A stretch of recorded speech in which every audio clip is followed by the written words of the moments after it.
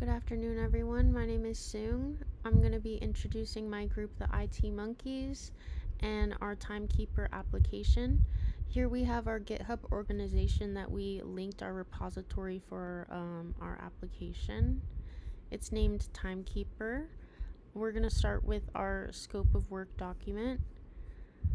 Here we have our scope of work document for our time management application.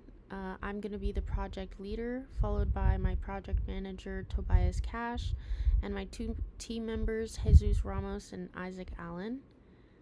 For a quick overview, our objective is to develop a time management application to help users organize tasks and track productivity. Our platform is aimed to be on Android and iOS using Flutter, Dart, and SQLite. So for this project, our primary goal is to build a fully functioning time management application. So to achieve this, we've identified some key deliverables. First of all, it's the application itself and make sure that we meet all the listed requirements. Complete documentation, including the user guide and technical guide. Testing reports. And finally, a successful deployment of the application. So for our scope of work, for in-scope features, our app will include a time management interface where users can add, edit, delete, and categorize jobs. It will provide a calendar view for created tasks, productivity tracking, and data storage and sync. We're also focusing on a clean, responsive user interface design that makes task management way easier. And for our out of scope features, that includes features like monetization or wearable integration. So for now, we're mostly focusing on developing a core application. And then for the roles and responsibilities, we divided our roles depending on skill set and interest. So we assigned people to the front end development, um, some people to the back end development, which is more like, um, if you want to work more on like the logical part or more on like the design part. We actually have the own category of design, which are going to be more like the people who like to experiment with designs, like Isaac, definitely. Then we're going to have the server deployment, testing and QA, and then the documentation part. And then for the timeline, for week 1, 2, 3, and 4, it's going to be the analysis phase. We're going to get to all of that more in detail later on in this video. And then for week 5 and 6, it's going to be the design phase. For week 6 and 7, it's going to be the implementation phase. And week 7 and 8, the testing phase. And then we have our assumptions and constraints. This would be that the team is expected to use GitHub for all of our programming. If we decide to use a server, it would be a local one. And the deployment must be completed within 10 weeks. Our success criteria is that the application allows users to create and manage tasks successfully, runs reliably on intended platforms, and documentation is complete and understandable.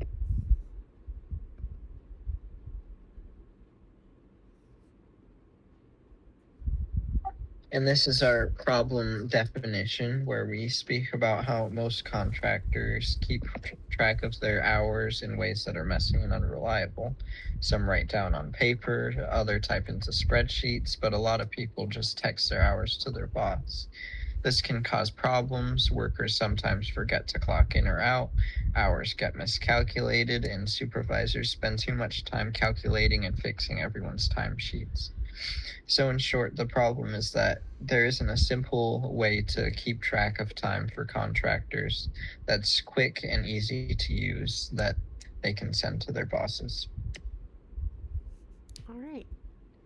And for our feasibility analysis document, here we have the purpose of this document is to determine whether the Timekeeper application is worth completing. based on our willingness to learn, time, resources, and skill. So for our economic feasibility, we have our cost estimate being mostly free, using free platforms like Flutter, Dart, Android, and Android Studio. Our revenue model is mostly going to be free. Maybe we can do ads later on if we really feel like it. Um, we're probably going to break even for most of it, but it's gonna mostly be for experience, since our return of investment is gonna be how we use this on our resumes, and our funding requirements will hopefully be none.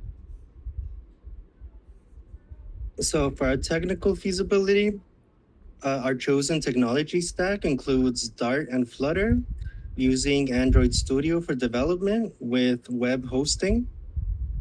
We're targeting mobile platforms like iOS and Android. For integration, we're looking at calendar APIs such as Google and Outlook, and possibly task management tools. So in terms of scalability, the app can be adjusted easily, whether we need to scale upward or downward, depending on our workload. And finally, security and privacy will be treated as a baseline requirement. For the organizational or political feasibility, the motive here is to give users easy ways to progress in their businesses or hobbies. This aligns with stakeholder goals by supporting businesses, improving productivity and accountability. And it also aligns with our organizational values of efficiency, self-management, and growth. Okay, and then we're going to move on to the schedule feasibility. So the deployment timeline is going to be 14 weeks, give or take. And as we saw earlier, we're going to have the planning phase, the analysis phase, the design phase, and the implementation phase and deployment phase. And so given the scope of this project, it is not too heavy. Of course, it is manageable as a group, and we find that the 14 weeks are plenty of time to develop that application. And conclusion and recommendations. So, of course, with Flutter and Dart, we can deliver one code base for both platforms, Android and iOS. The tools are free. We can develop it both in Android Studio, which is nice, on IDE. And then the timeline is achievable as well. The return of investment for this project is mostly as experience for our careers, of course. Yeah, we're still in school here, so nice to learn all these things. And so, yeah, the Timekeeper is a feasible project for our capstone. All right.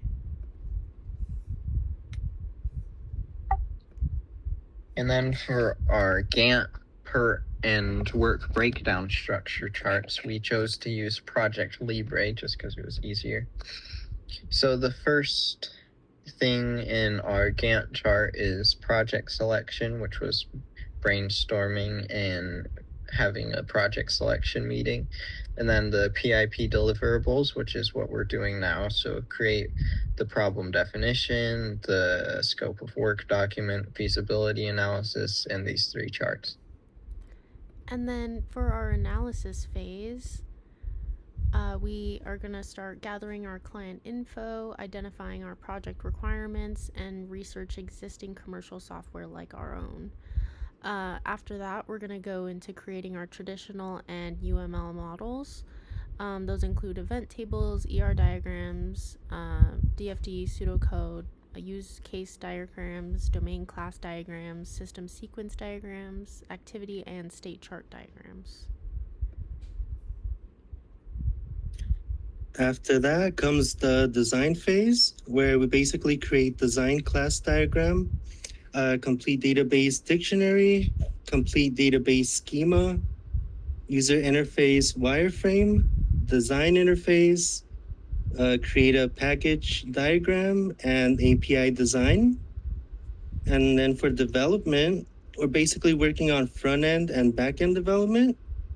And we're also going to measure usability by testing the app's interface and making sure it's intuitive and easy for our users to use. we're going to have the implementation phase, which is going to be about creating an installation plan, create a training plan, identify a post-installation plan for maintenance, identify a support plan, and deliver documentation. And then we're also going to go to the testing phase, which is going to, of course, being creating a testing plan, revising the prototype, and submitting revised document logs. And then And then, of course, we're going to My bad. go ahead. Sorry. So after that, after our launch, we can go ahead and look at our network diagram or PERT diagram chart. This is important. It has the same tasks and phases that we have organized in the chart before, except it has our critical paths in red and our non-critical paths in blue, showing kind of what needs to be completed in the timeline, and then what kind of has some wiggle room to be completed. These ones are closed on the Gantt chart, so they're closed here. So this is one good example in the create prototype. These 3 tasks are going to be more critical to complete for the start of the next phase, while these other tasks have more wiggle room according to the schedule. We based all of the dates off of the projects provided in the class. And this is our work breakdown structure, where you can again see all of our different phases and tasks and subtasks related to those phases as well. And yeah, that's pretty much our project initiation and planning phase. We'll go ahead and link the GitHub and pod files for anyone to view. Thank you from the IT Monkeys.